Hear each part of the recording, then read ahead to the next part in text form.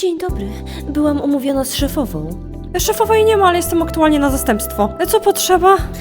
Szukam nowoczesnej makramy, ale... Pan wybaczy, ale jakoś głupio mi robić zakupy u leniwców. No wie pani, może poczuje się pani lepiej kupując od Bobrów 2 dzielnice dalej. Sprzedają podobne gówno co my, także nara.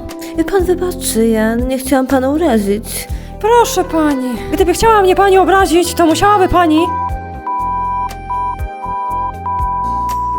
Panie Tośku! A potem, żeby panią uspokoić, musiałbym pani... Tak, a potem jeszcze...